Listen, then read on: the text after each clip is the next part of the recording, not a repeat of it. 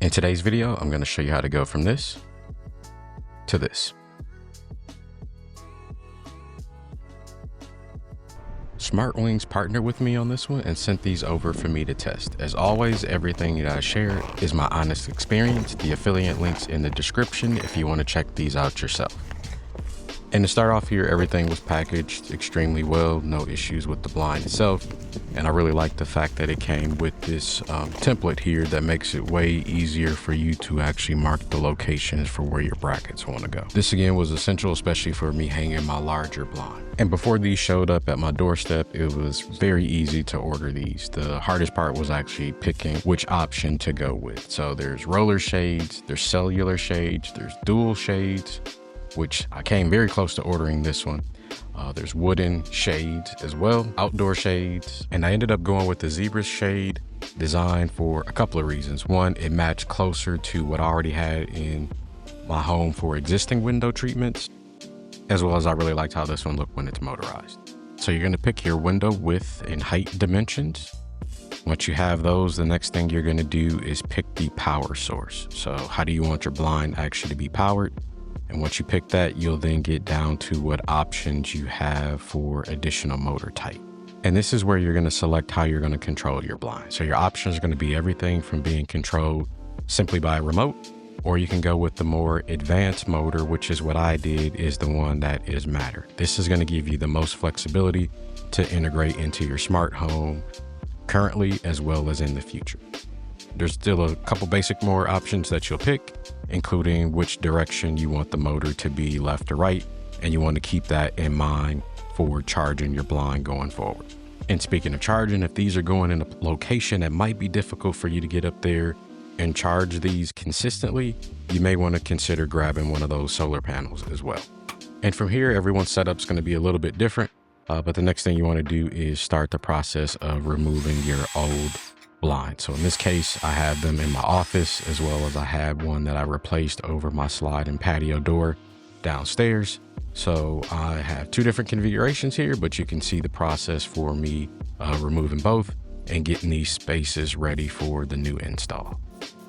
And with all the old stuff out of the way, the very first thing you want to do is come in and mark your locations for where your brackets want to go. So you want to reference the material that came with your blinds.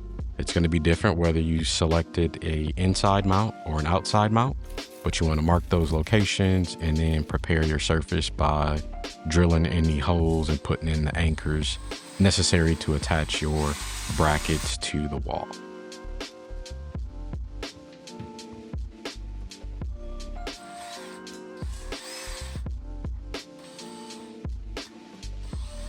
And for this one, I did go with the inside mount. So with the brackets in, the very next step here is to simply snap the blind into place and do a little bit of cleanup here.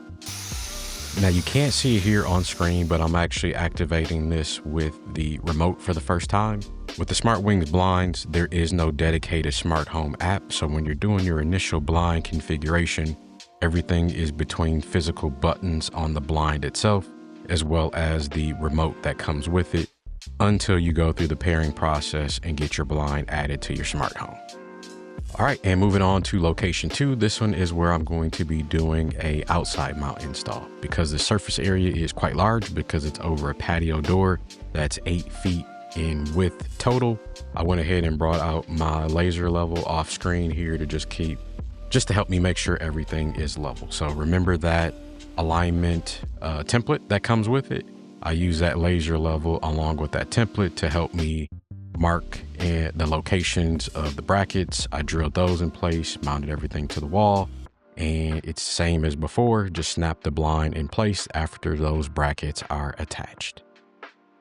I should also add that I really appreciated that SmartWings included some extension brackets, because for an application like this, my door has a handle on it to open and close it. That handle sticks out further past the wall.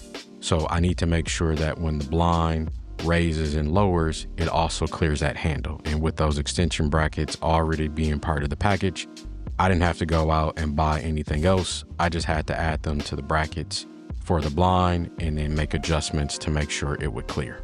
Now back in my office, we're gonna go ahead and add the solar panel that I opted for with this particular location.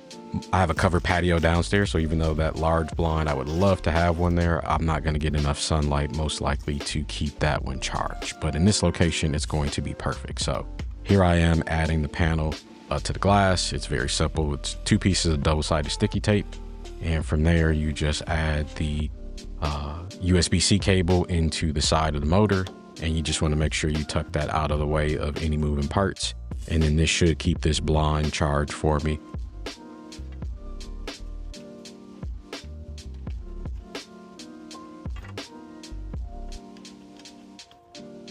And although you might be really excited here, I highly recommend you take a little bit of time to allow your blinds to charge for a little bit. Once they're charged, there's a procedure here to press and hold. You're gonna watch your blind jog and you're gonna look for a red LED to come on. Once that LED is on, that's gonna be your sign that your blind is in pairing mode.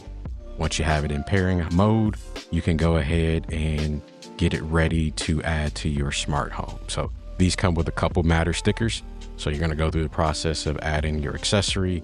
You're gonna scan those stickers and then follow the on-screen prompts to add it to the location and name it accordingly to your needs.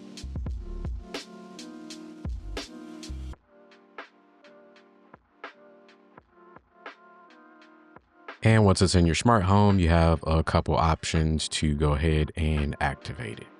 So you can simply press it. It's going to raise and lower it as you'd expect. You have your slider where you can come in and you can set it to a specific percentage of how much you want it to be open or closed. And again, all you have to do is just click and drag the slider there and you'll watch your blind move accordingly. Another detail that I think SmartWings nailed this one on is showing you the battery level percentage of your blinds right inside the Apple Home app. But let's be honest, if you're anything like me and you're looking into smart blinds, it's probably for a hands-free application. And that's where this comes into play. Hey, open the office blinds. And to me, that's what really makes the Matter motor worth it, which just works. Now I've had these blinds for about 2 weeks and I've had 0 issues so far. The links are in the description if you want to check them out for yourselves. And I'll be back with more Apple Home automations and a longer term update on how these are holding up. So please make sure you subscribe so you don't miss out. Until the next one.